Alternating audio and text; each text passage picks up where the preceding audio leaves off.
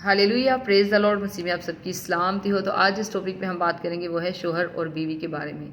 हम जानेंगे कि जब एक शोहर और बीवी दोनों मिल के दुआ करते हैं तो फिर किस तरह से हालात बदल जाते हैं, सिचुएशन तब्दील हो जाती है और किस तरह से मोजज़ात जो हैं वो रोनुमा होते हैं।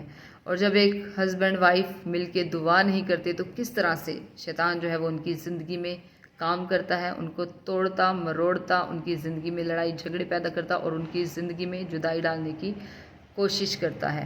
तो वीडियो को पूरा देखिएगा, एंड तक देखिएगा। और अगर आपको वीडियो अच्छी लगे तो वीडियो को लाइक भी कीजिएगा और शेयर करना चाहें तो शेयर भी कर सकते हैं। चैनल को सब्सक्राइब करना चाहें तो आप वो भी कर सकते हैं।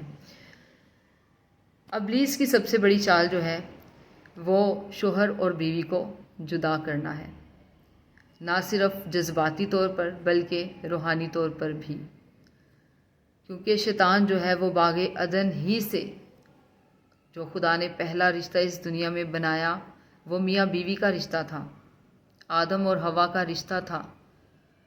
तो शैतान जो है इस रिश्ते के पीछे शुरू से ही लगा हुआ है, जब से खुदा ने इन्हें बनाया है।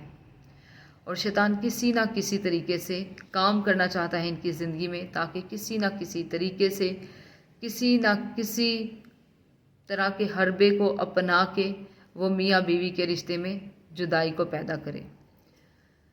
एक शादीशुदा जोड़ा जब दुआ करना छोड़ देता है तो घर सिर्फ एक मकान बन के रह जाता है। जिस घर में दुआ नहीं होती उस घर में खुदा की बरकत नहीं होती। जिस घर में दुआ नहीं होगी उस घर में हर वक्त चिक चिक और लड़ाई झगड़े होंगे।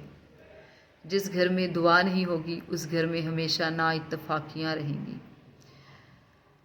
तो जब मियाँ बीवी जो घर की नींव होते हैं, जिन्होंने पूरे घर को चलाना होता है, जब वही दुआ करना छोड़ देते हैं तो वो अपनी बाकी की फैमिली को, जो खुदा ने उन्हें बच्चे दिए होते हैं, जिनकी खुदा ने उनको रिस्पॉन्सिबिलिटी दी होती है कि इन्हें पालना है, इनकी परवरिश करना है रूहानी तौर पे, जिस्मानी तौर पे और दुनियावी तौर पे, तो उनकी ज़िंदगी भी क्या होती है। जब हस्बैंड वाइफ में ना इत्तफाकी होगी, उनके अंदर लड़ाई झगड़े हर वक्त चलते रहेंगे, तो बच्चे क्या हैं वो डिप्रेशन का शिकार हो जाते हैं।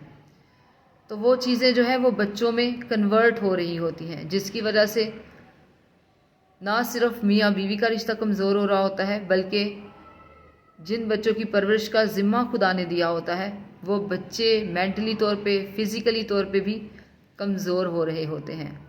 और वो सोचते हैं इन चीज़ों के बारे में, अपने माँ बाप के रवैयों के बारे में। तो जब हमारी ज़िंदगी में दुआ नहीं होती तो फिर शैतान जो है वो हमारी ज़िंदगी में काम करना शुरू कर देता है। वो मियाँ बीवी के रिश्ते को कमज़ोर बनाता है। लेकिन खुदावंद का पाक कलाम क्या कहता है? अगर हम मत्ती की किताब उसका 18 बाब और उसकी 19 आयत पढ़ें तो खुदा वहाँ पे दो लोगों के बारे में बात करता है। हम इस वर्ष को पढ़ेंगे, उसके बाद में हम सीखेंगे कि खुदा का कलाम हमें क्या सिखाता है। फिर मैं तुमसे कहता हूँ कि अगर तुम में से दो शख्स ज़मीन पर किसी बात के लिए जिसे वो चाहते हों इत्तेफाक करें तो वो मेरे बाप की तरफ से जो आसमान पर है उनके लिए हो जाएगी। आमीन। तो खुदा यीशु मसीह यहाँ पे क्या समझा रहे हैं कि जब दो शख्स, तो जब मियाँ और बीवी मिल के दुआ करते हैं तो आसमान के दरवाजे खुल जाते हैं। और खुदा ने कहा है कि जब दो शख्स मिल के दुआ करेंगे तो मेरा बाप जो आसमान पर है उनके लिए आसमान के दरवाजे खोल देगा, और जो दुआ वो इत्तेफाक के साथ कर रहे हैं वो दुआ सुनी जाएगी। मतलब कि जब मियाँ बीवी मिल के दुआ करेंगे तो आसमान के दरवाजे उनके लिए खुल जाएंगे, और फिर जितने भी इब्लीसी बंधन आपकी ज़िंदगी में काम कर रहे हैं वो सारे बंधन टूट जाएंगे, वो सारे जुए टूटेंगे, बंधन टूटेंगे। आप हर तरह के जुए के नीचे से आज़ाद हो जाएंगे।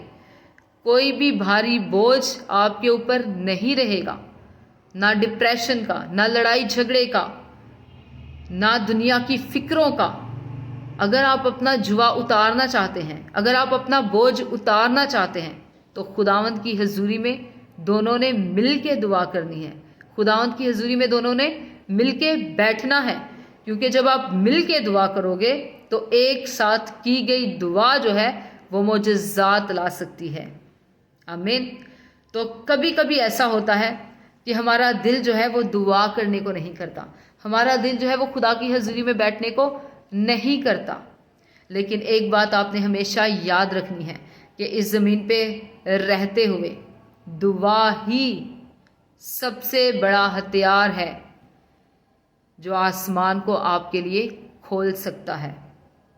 اس لیے ہر روز دعا کیا کریں تاکہ آپ جس جگہ رہتے ہیں وہ جگہ مکان نہیں بلکہ گھر کہلائے، اور ایک ایسا گھر کہلائے جس گھر میں پاک روح کی جنبش ہو، جس گھر میں خدا کی حضوری ہو، جس گھر میں خدا کے فرشتے ہر وقت خیمہ زن رہتے ہوں، اور جس گھر میں خدا کی نزدیکی ہو، کیونکہ جب آپ خدا کے نزدیک جائیں گے تو ہی خدا آپ کے نزدیک بھی آئے گا۔